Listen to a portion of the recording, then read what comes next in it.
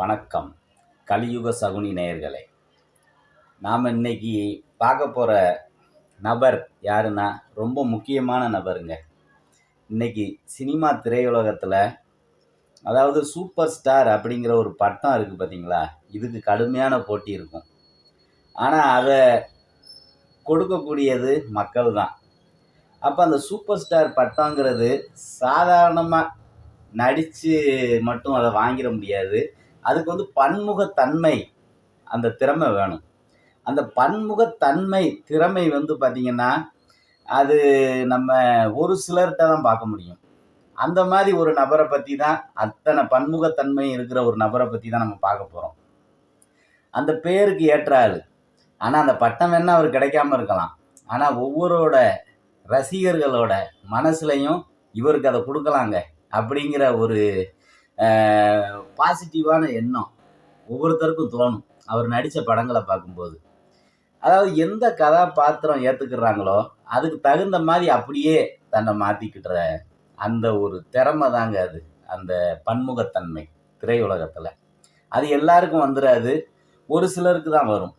ஆனால் அதை தொடர்ந்து அவங்க பரிணாமம், வளர்ச்சி அதை அடைஞ்சு கொண்டு போய்கிட்டே இருக்கணும். அப்படி போனாதான் அவங்களால சரித்திரத்தில், அதாவது சரித்திரம்னா என்ன சொல்கிறேன்னா, அவங்க வாழ்க்கையில் அடுத்த லெவலுக்கு கொண்டு போய் சேர்க்கக்கூடிய ஒரு முக்கியமான விஷயம் அதுதான்.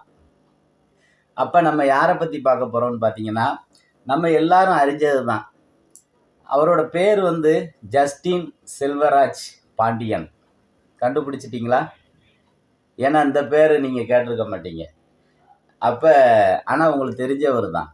அவரை நம்ம சுருக்கமாக பழக்கத்தில் என்ன பேர் வச்சுருக்கோம்னா, அவரோட பெயர் எஸ்.ஜே.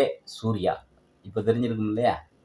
அவரோட முழு பெயர் என்னென்னா ஜஸ்டின் செல்வராஜ் பாண்டியன். இதாங்க அவரோட பேர். இவர் 1968 பிறந்திருக்கிறாரு. தற்போது அவருக்கு 55-56 வயசு ஆகுது. ஆனால் திரையில் பாருங்கள், எஸ்.ஜே. சூர்யா எப்படி இருக்கார், ரொம்ப இளமையாக இருப்பார். அப்படியே பார்க்க சின்ன பையன் மாதிரியே இருப்பார். அதுதான் அவருக்கு கிடைச்ச கடவுள் கொடுத்த வரப்பிரசாதம்னு சொல்லலாம். அப்படியாப்பட்ட அந்த எஸ்.ஜே. சூர்யா அவர்கள் வாசுதேவநல்லூர், திருநெல்வேலி மாவட்டத்தில் பிறந்திருக்கிறாரு. அப்போ அவர் படித்ததெல்லாம் பார்த்திங்கன்னா, சென்னையில் லயோலா காலேஜ் அங்கே படிச்சிருக்கிறாருங்க. BA history முடிச்சிருக்கிறாரு. சாதாரண ஆள் கிடையாது, படித்த அறிவுள்ள நல்ல மனிதர். அப்போ இவர் நடிப்பில் பன்முகத்தன்மை கொண்டவர்.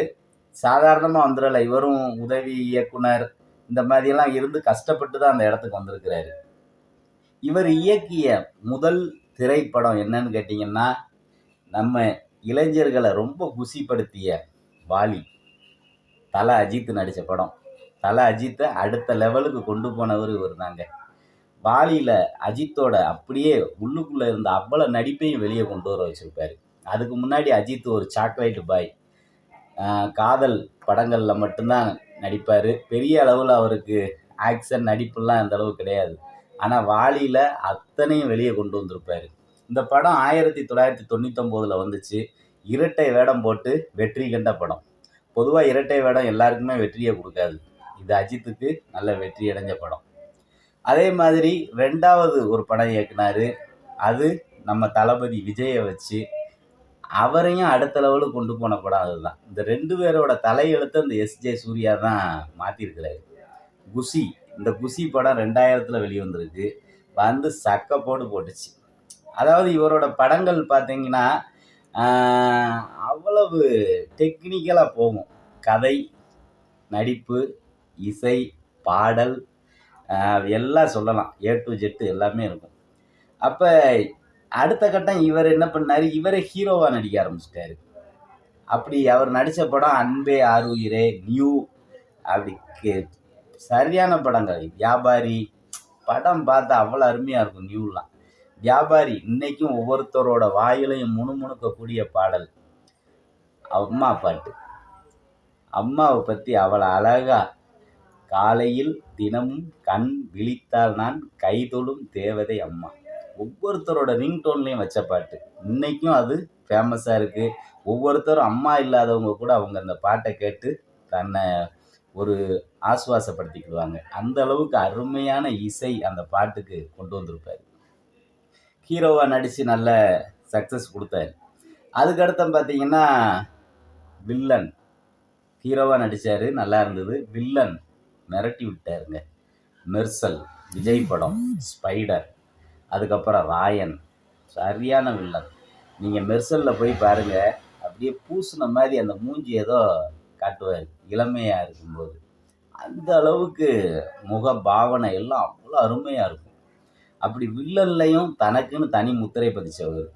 அதுக்கப்புறம் பார்த்தீங்கன்னா, இவர் வந்து இயக்குற படங்கள் எல்லாமே அந்த கதையோட சேர்ந்து இசை, நடிப்பு, முகபாவம் எல்லாமே ஏ டூ ஜெட் அருமையா போகுங்க. கவர்ச்சி எல்லாம் இல்லாததே இருக்காது ஒரு படத்துல. அந்த அளவுக்கு திறமையான ஒரு அறுசுவை உணவ படைக்கக்கூடியவரு. காரம், கசப்பு, உப்பு, இனிப்பு, புளிப்பு, துவர்ப்பு அத்தனை சுவையும் இவரோட படத்துல ரசிகர்களுக்கு விருந்தா படைப்பாரு. அதே மாதிரி குணச்சித்திர வேடத்துல அடிச்சுக்கிடவே முடியாது. இப்ப வந்த ஜிகர் தண்டா டபுள் எக்ஸ் பார்த்தீங்கன்னா, சூப்பரா ஒரு டைரக்டரா நடிச்சிருப்பாரு. அங்க நடக்கிற விஷயத்தெல்லாம் கேமரா வச்சு அவ்வளோ கூட்டத்துக்குள்ளேயும் உண்மைக்கே ஒரு அந்த காலகட்டத்துல பழைய அது ஒரு சுதந்திர போராட்ட காலகட்டம்னு வச்சுக்கோங்களேன். அப்ப இருந்த கதை. அதுல அவ்வளவு அருமையா கதை நல்லா நடிச்சிருப்பாரு உள்ள. அதுக்கப்புறம் பார்த்தீங்கன்னா, மார்க் ஆண்டனி. நம்ம விஷாலு கூட மிரட்டி விட்டுருப்பாரு. மீசைய வச்சு சிலுக்கு கூட. இன்னும் அது ட்ரெண்டிங்கில தான் போய்க்கிட்டு இருக்கு. அந்த அளவுக்கு திறமையான ஒரு நடிகருங்க. அதனால தான் அவர வந்து சூப்பர் ஸ்டார்ன்னு நம்ம சொல்லலாம். ஏன்னா எல்லா திறமையும் சேர்ந்தா தானேங்க சூப்பர் ஸ்டாரு.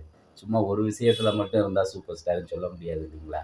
அப்ப இவரு நம்ம அ ஒரு தமிழ் நடிகர் அப்படிங்கிறதுல நம்ம பெருமை கொள்ளலாம். இன்னும் வருங்காலம் இவருக்கு நெறைய இருக்குது. இவரை மாதிரியே பன்முகத்தன்மை கொண்டவங்க இருக்காங்க திரைத்துறையில. சமுத்திரக்கனி இருக்காரு.